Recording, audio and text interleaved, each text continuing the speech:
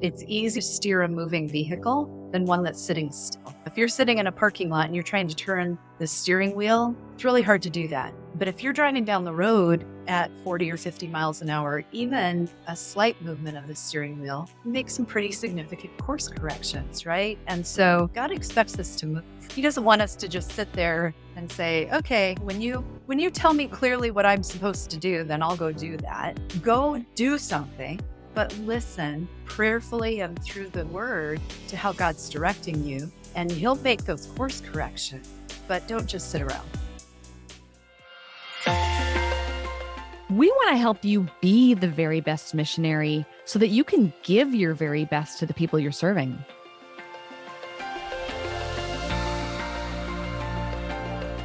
What makes this podcast unique is it's done by missionaries for missionaries.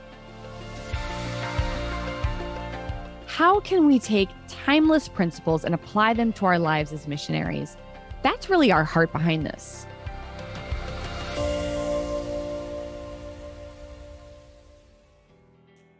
Welcome to this episode of the Modern Day Missionaries podcast. In just a moment, you're going to hear my conversation with Vonna Laue about navigating life's challenges and unexpected blessings. Vonna has worked with ministries and churches for over 25 years. She was a partner for a national CPA firm serving not-for-profit entities through audit and consulting services. And she held the role of executive vice president for an organization that works to enhance trust in the church and ministry community. And she's currently serving ministries through financial and operational consulting engagements. She's brilliant, y'all. You're about to get to know her. She earned her BS from Black Hills State University and her MBA degree in leadership and human resources management from the University of Colorado at Colorado Springs.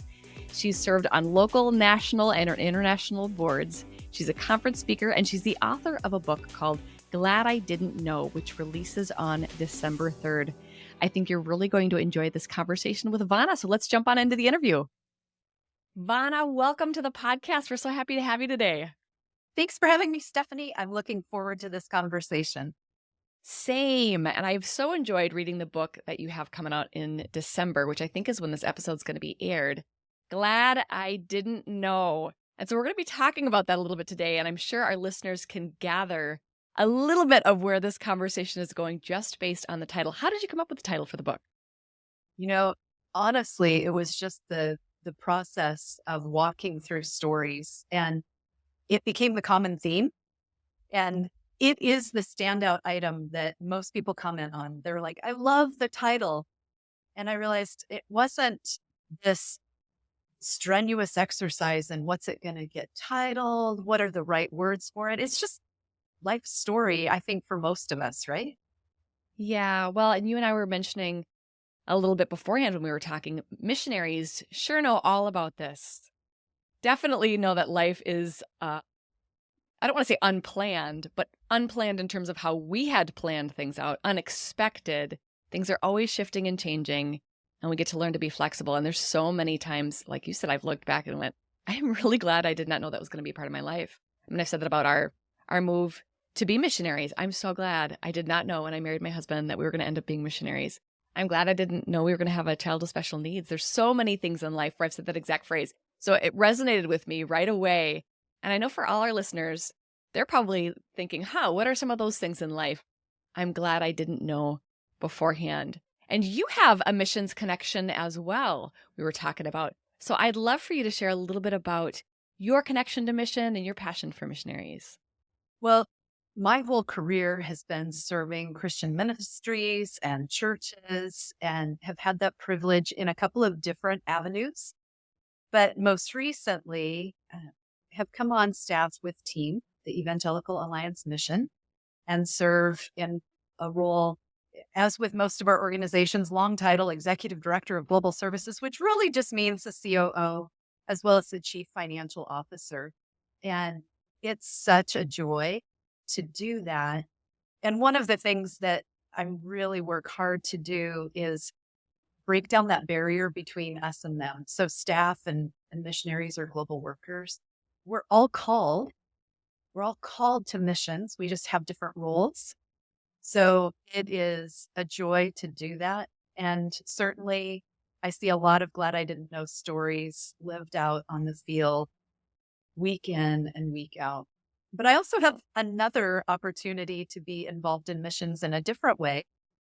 Our daughter and son in law and 10-month-old grandson are fundraising to go to Paraguay long term with World Gospel Mission. And so we're excited for them. Since 8th grade, Bethany has just really sensed God calling her to mission and gave her an amazing husband who was an MK, has a heart for Paraguay. And so they're planning to do that in 2025. And it has been a lesson for me.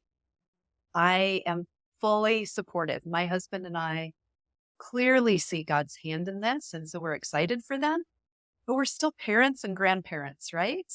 Yeah. And so we're looking at it from that perspective of you're moving to a different continent and we're not going to see you, frequently.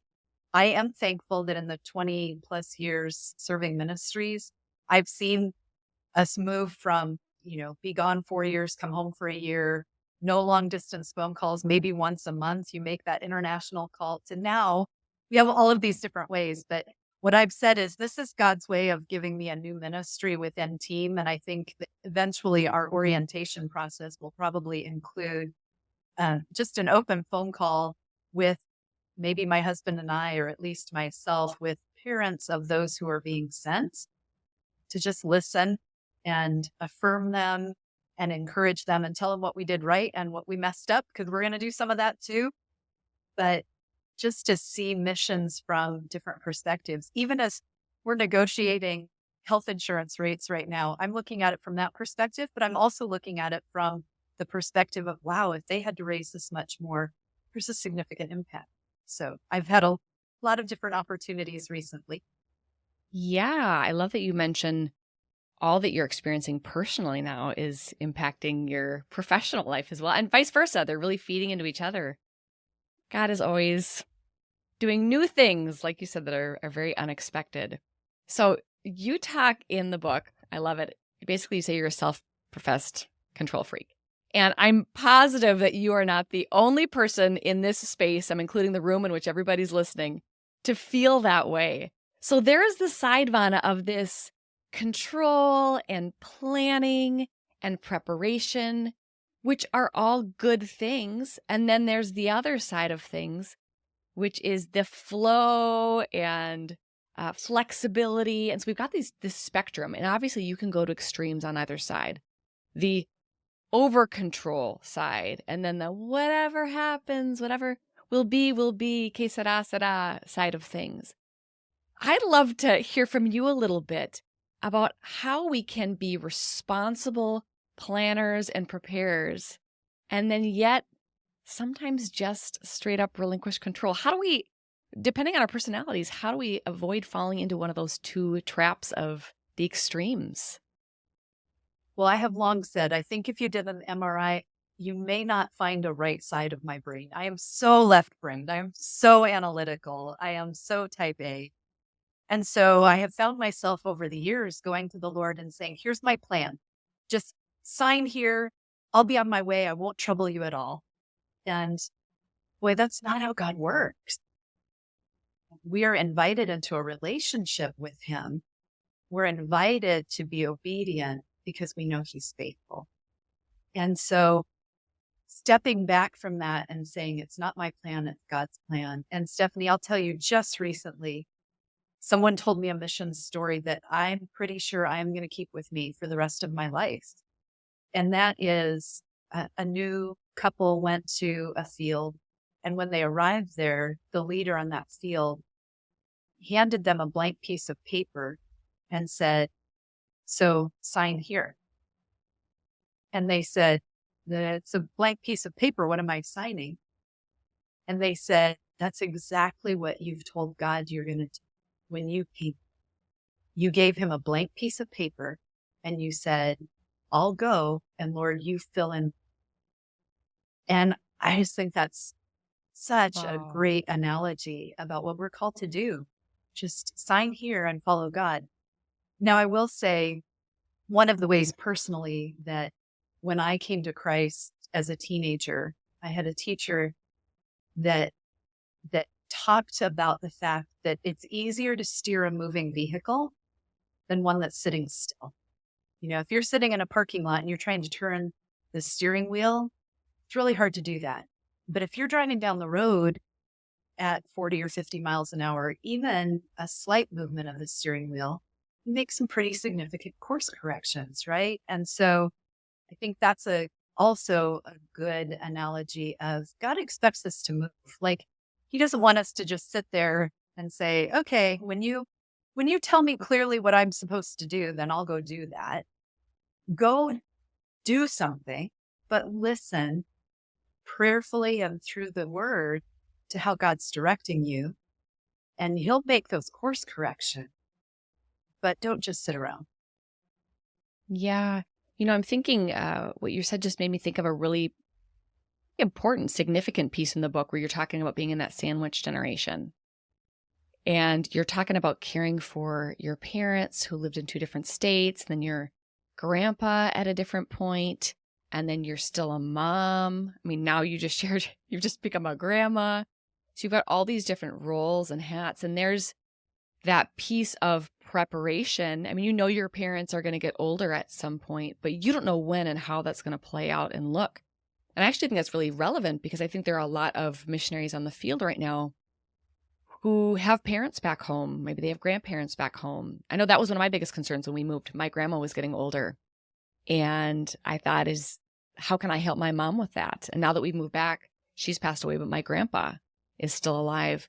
I'd love to even just dig in a little bit with that about the preparation. Let's say that we're talking to missionaries who are in that situation where they're wanting to prepare and care for people back home, and yet they're not sure what to do because they've signed a blank piece of paper for the Lord. What does that look like? Right. Well, I encourage good communication. I think sometimes we have expectation that are maybe unrealistic. I think sometimes there are unspoken expectations. So in that situation, if your mom expected you to help with this but didn't say anything, then she's going to be disappointed, right? That you're not there. And so just having good communication. And that's where I have this heart to come alongside parents of missionaries and help encourage them.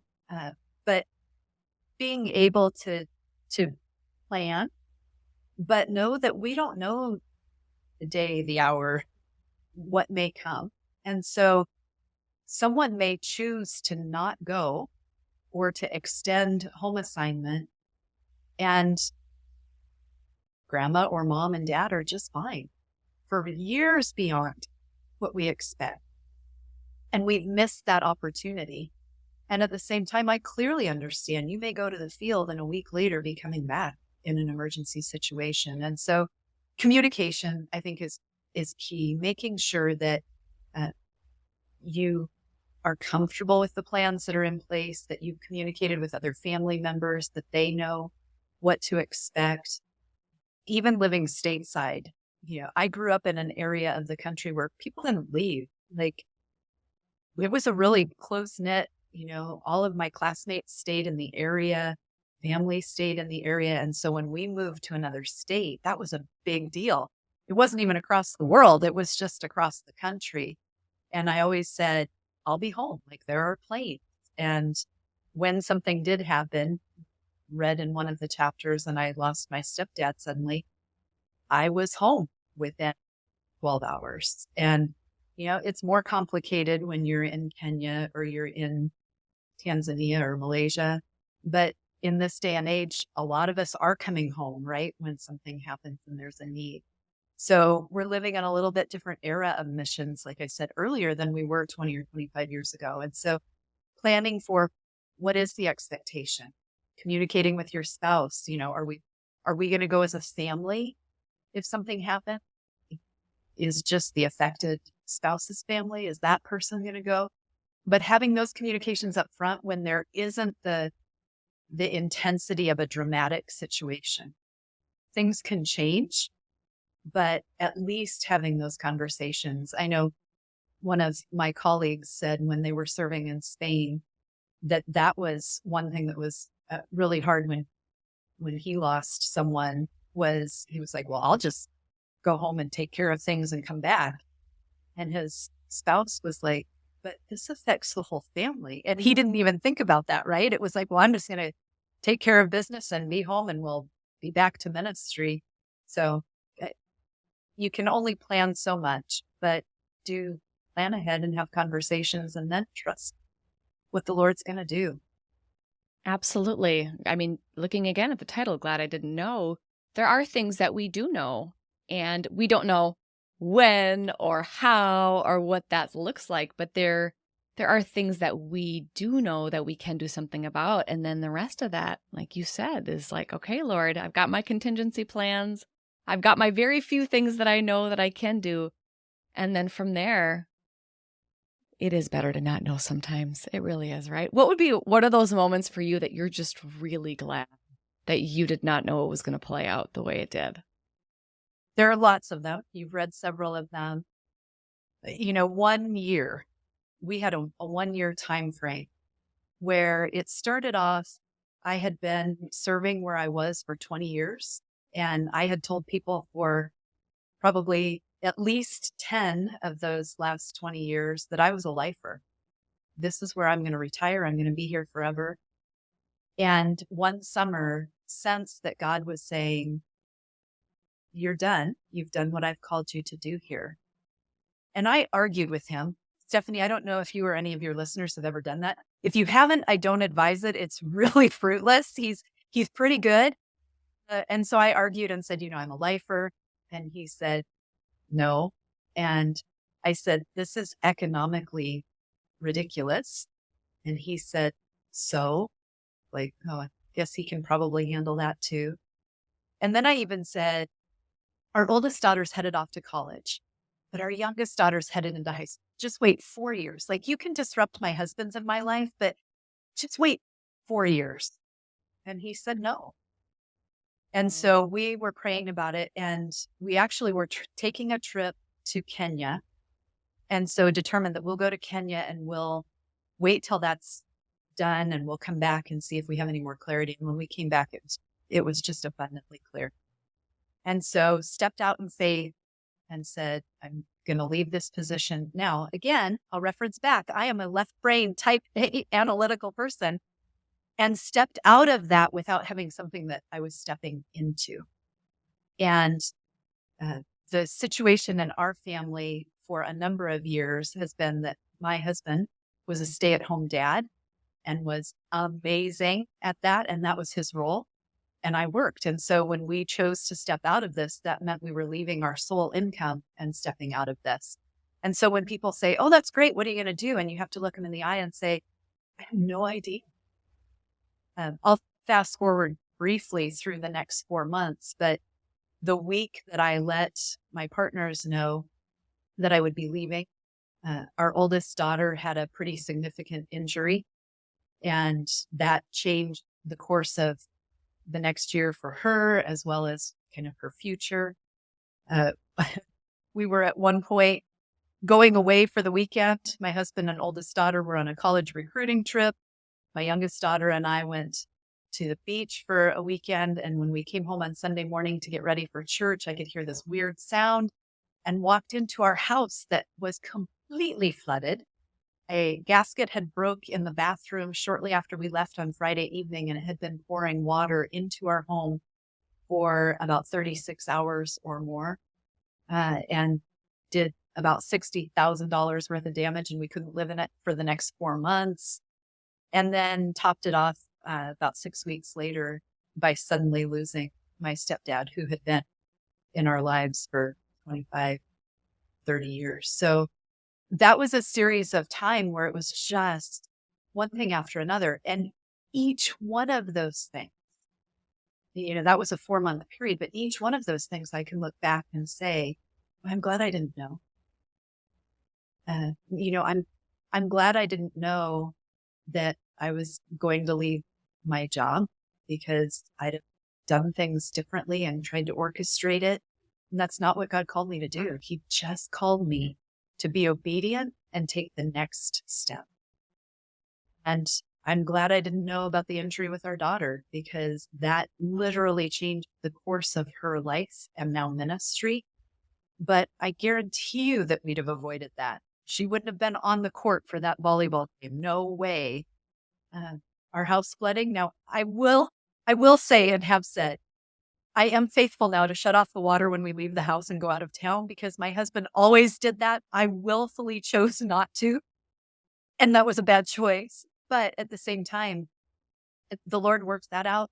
He had a move intended for us that we didn't know at the time, and we had a remodeled house to put on the market. Losing my stepdad, uh, there are benefits that came to that. We miss him, but it gave new life to my mom, who really was almost housebound with him at that time. So I can look back on each of those and see how God worked through them. But if I had known in advance, boy, I'd have done everything I could to orchestrate not doing it. And I think that's the way that all of us operate. I mean, I look at someone who's listening to this that may very well be facing aging parents, like we just talked about, and they've maybe got some conflict on the field with some of their co-laborers, and they've got educational needs for their children that they're trying to figure out. And it's just like, what is this season, Lord? And yet at the same time, if they can step back and look at all the things that God has brought them through, that they're glad they did, that the lessons that they've learned through that time and the way that God's brought them closer to Him in relationship, changed their lives in some way, changed their ministry in some way. If nothing else, if today they can just stop and think back on that and reflect on God's faithfulness, that's my encouragement to them. So that hindsight is 2020. So you're just saying for those who are in the middle of pain right now, and it's hard to see, things just look fuzzy and blurry ahead, just remembering back to what God's done in the past to encourage them as they go forward. Vonna, what would you say to a missionary who feels like if somebody says Romans 8:28 to me one more time, I'm going to kick them in the shins? I can't do it. They're just in the middle of a hard time and they don't want to look back and they're frustrated. Yep. I would encourage them to do the Psalms project. And by that, I mean, I went through Psalms one time, and you can do this project in 30 minutes or less. You know, there's 150 Psalms. You're thinking I'm crazy, but if you just go through and look at the header of each of the Psalms and look at, is it a psalm of joy and rejoicing, or is it a psalm of lament and anguish? You'll see that it goes back and forth. I don't remember the exact numbers, but I literally have them written down. I'm an accountant, right? I have them in columnar format, but the joy on one side and troubles and anguish on the other side. But you'll see that, like, there are 6 chapters of joy and 4 chapters of anguish, and 1 of joy and 1 of lament, and 3 of joy and 6 of anguish. And it just goes back and forth. And as I read through Psalms, and even if you just look at the headers to see what it is, you'll see that's just how life is. It goes back and forth. And so I refer to that as seasons of life. And that, you know, maybe right now for somebody is winter and you are just like buried in this blizzard and it's cold and it's lonely and it's windy and it's miserable. But just as the seasons change and have every year of your life, they do emotionally and spiritually as well. And so spring will come. But I think that's the power of story. And so that's why I encourage people to look at Psalms, you know, look at the stories of others. It's why I actually put together Glad I Didn't Know, and I changed the way that I did it because initially they were all stories that I had written. And then I realized if I did that, somebody would look at it kind of like what you were just saying, and they might be like, well, that's good for that person. And that's how God worked in that person's life. But brought in, 15 other people. And so as you read through there, you realize, no, that's just how God works. And so I think there's power in story. So listen to other people's stories about where they are or where they have come through. and be encouraged and blessed by that. Yeah, you're so right about the power of story. And that is a great thing that you did, because somebody might be listening to and they're not a type A, and maybe they don't resonate with the way that you experienced a story. But there's so many other stories in here of people who look at life from a different way. One of my favorite ones, I think, was the one by, what was it? Edgar Sandoval. Sandoval, Yeah. he was the former CEO of World Vision, right?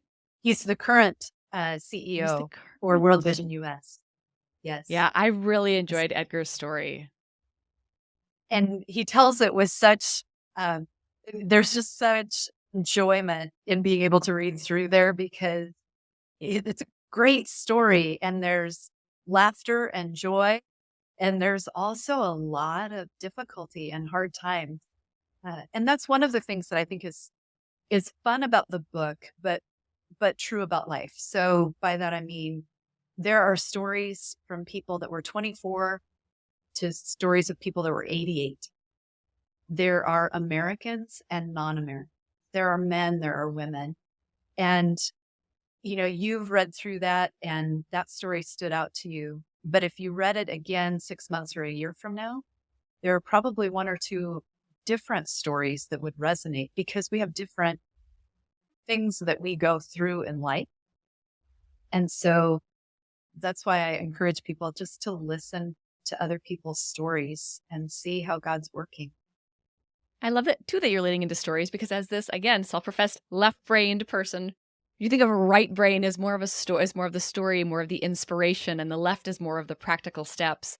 And I find myself maybe somewhere in the middle, but probably leaning a little bit more left. I like practical steps. And so in things like this, we want practicality. And you have mentioned some tangible things that people can do, but there is something so powerful about stories. I know there's this book called Life is in the Transitions by Bruce Feiler. And he speaks about 3 different types of narratives that we tell. And he says there's the ascending, the descending, and the oscillating. And the ascending story is the story of how our family, was in a terrible place and life was awful. And look at us, we climbed out and now we're a success story. And then there's the descending story, and that's the story of how we used to have it all. We were the kings and queens of the area of the city. I don't know. Our family had everything, and basically we lost it all, and look at us now. And so you look back with regret. And then he talks about the oscillating narrative, which really, this is what this book is full of, especially you look at all your different stories and what you've told. An oscillating narrative is going up and down and up and down, and we hit this hard valley, and then God pulled us through, and then we hit this other hard bump, and we came through again. And they say that the oscillating narrative is actually the narrative that's most helpful for children and for people in general in terms of determining their resiliency. And so this is full of those kinds of stories of how God never leaves us where we find ourselves, and he always brings us back up. And yet, we know that there are challenges ahead. So I guess on that note, how do you keep from waiting for the other shoe to drop and enjoy the good moments when you're in those happy spots? Fill the tank, right? That's what we need to do. And a lot of times that's the people around us. Being able to be in the moment and enjoy. I'm thankful with our family.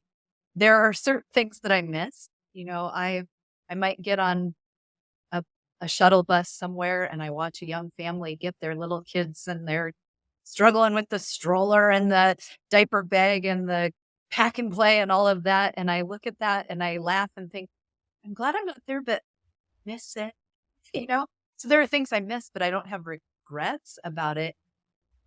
And I think to your point, it's living in that moment, like enjoy what you have. And that fills you up and you'll be able to reflect back on that. Whether it's something as simple as the memories that you make with people, your friends, your colleagues, your family, or reflecting back on God's faith. So living in that moment, when I left my job, as I was talking about in that story, one of the things that was impressed on me that the Lord just was trying to get me to do was to be still.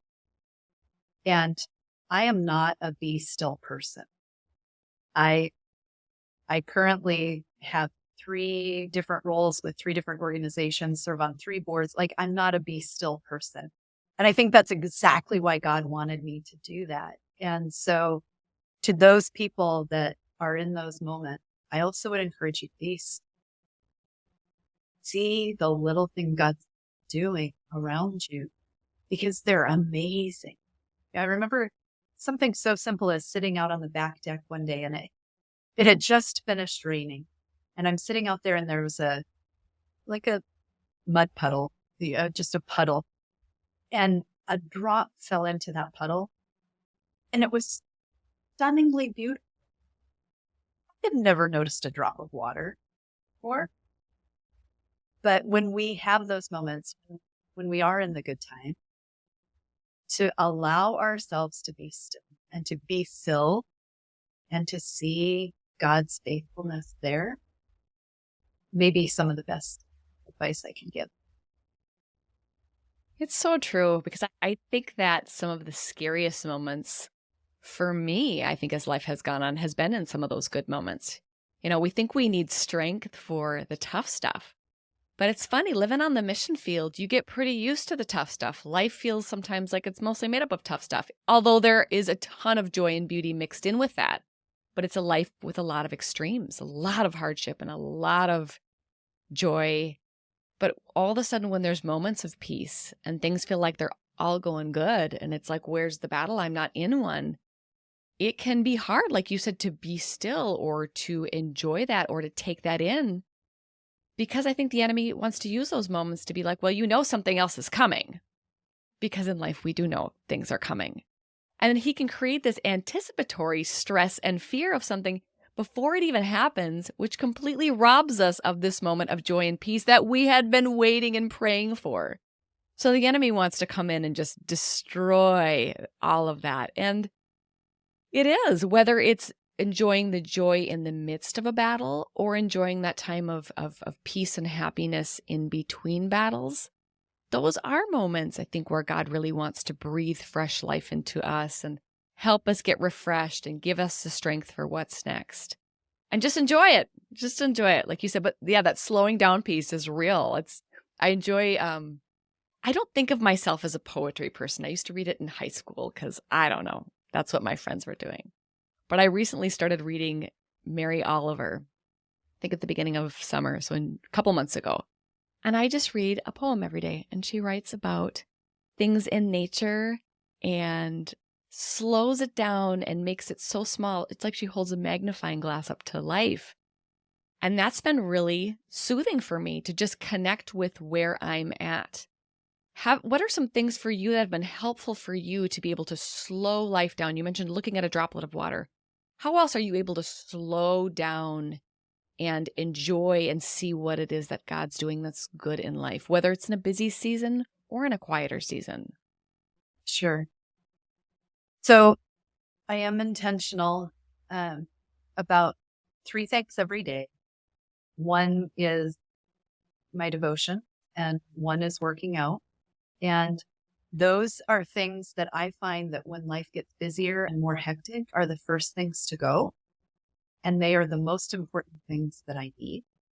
And so I'm just pretty convinced that those are important things. The third thing, again, from the practical standpoint, right? There's nothing super spiritual about this, but I each day look at my calendar in the morning when I'm stopped and it's quiet, and I pray for each of my meetings or appointments that day then. Because life happens. Like as soon as you get ready for the day, I'm guessing most people that are listening to this don't slow down until, the end of the day when they put their glasses on the bedside table, right? And it's too easy for me to just run from one thing to the next, one meeting with a person to a phone call with someone else, whatever. And so to intentionally take that time and commit it to the Lord, and then know that as I go into those conversations, that they've already been prayed over, that I've already invited God into it. That for me has just practically been really helpful. As far as, maybe on a broader scale, I do think that our lives are completely interrelated. The ability to compartmentalize for most of us, I think, doesn't exist. And so I'll give you this example. One of the things that I do when I speak is I ask everybody to write down all the roles they have. And most of us think about keeping, our faith, our family, and our work. Like if we keep those three things in balance, we're doing pretty good, right? Well, but if you write out all the roles you have, you're a daughter and a granddaughter and a wife and a mom and a sister, maybe an aunt and a neighbor to 2 or 3 different people and a friend to, 8 people. There's 8 more roles, and you work and you volunteer in 3 capacities. All of a sudden you have 20 roles. Easy. And then Oh, you yeah. realize why it's so hard to keep things in balance, because you're not trying to just balance 3, you're trying to balance. Yeah. And so to understand that and give yourself some freedom to understand you're not going to do it all the time, to focus on where do I need to put more energy right now, and where, quite honestly, let's be honest, where can I let things slip a little bit right now because something else is taking time and attention. And I think to assess that on a periodic basis can really be helpful. And then just to find joy where you can find it. Now, my husband used to say that I was a cup 2/3 full. He's like, there are people that are half full. He's like, you are a cup 2/3 full. A few years ago, he changed that. And he's like, you are a cup 11/10 full. Like, you are overly optimistic. And he actually, one day in a Sunday school, in a life group, they did this thing and they gave everyone a postcard and said, anonymously, write down what one thing is that you love most about your spouse and what the one thing is that annoys you most about your spouse. And then they handed them in and they would read them out loud and everybody would guess who it was. And this one said, what I love most about my spouse is that this person is like hopelessly optimistic. And what I am driven crazy most about is that this person is hopelessly optimistic. And the entire class said, Vonna. Like, That's so funny. So sometimes that bites me, but I just think there is a lot that comes at us. And so working intentionally at having some structure in place to minimize what we can, but then finding joy in some of the other little things that come along. That's so good. That structure and margin both are needed. That's how we began talking today about the 2 extremes. And if we go to one versus the other, we miss out on what God has for us in that space. And when we look at, the glad I didn't know, the unexpected, the things that come into our life, if we don't have a structure to hold us built in place, but also margin within that, when our schedules are so packed every single second with something that we're doing, then when something like this happens, because they do, our whole life falls to pieces. Whereas if we've got some margin built in, if we have a recognition that life is going to change at some point, we don't know how, then we're able to absorb it. It's kind of like shock absorbers, where we go, okay, yeah, life is different. Yes, maybe even this turned my life upside down, but there was some margin built in to help me flex, and there was some structure built in place to hold me together. Right. So that's so good. And I think that speaks to people, again, on both sides of it. So for our listeners, what do you naturally gravitate towards? Do you gravitate more towards that highly structured piece or that go with the flow piece? How might God be calling you to build either some more structure in your place to ground you, or some margin in your life to help you absorb the things that will come your way? And the unexpected can be really good things too. It's not always just bad things. Sometimes we're glad we didn't know God was going to call us into something big and huge and exciting, because it would have scared the pants off us. Well, and that's really important, Stephanie, to think about that. And I wanted to make sure that we highlighted that as well, because we've talked about the challenges, right? And so the subtitle is Lessons Learned Through Life's Challenges and Unexpected Blessing. Yeah. And so we've talked about those challenges, but the reason that I think it's important to reflect on the things we're glad we didn't know about the blessings is twofold. And one is, think about if God had only given you what you prayed for, where would you be? Yeah. It would probably look significantly different than it does for you today.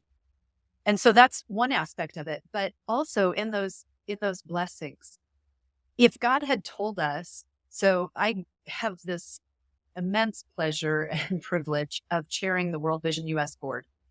If God had told me 10 years ago that I was going to be on the board, much less chairing it, I would have thought, I need this education. I need to network with these people. I need this experience. And I'd have tried to orchestrate it. And all God was saying was, I need you to be obedient in the next step. And so for each of us to just be obedient in the next step. But I do think it's important for people to reflect on, where are you? Where would you be if you only had got it, what you had asked God for? And if He'd told you about these good things, what might you have done differently? And it would have impacted negatively where you ended up. So you asked me And that's true. structure versus margin. I am a structure person. I Of love, course. my favorite work day of the year is the first work day after New Year's. And I get my hot chocolate and I block it and I sit with my paper and my calendar and I plan out for each of those roles, the things that I want to do for the year. What do I want to invest in that year? Literally by role, and then break that down into quarterly and then break that down into monthly. And that helps me see where, let's see, I have 6 conferences and 4 board meetings in September. That's not going to work.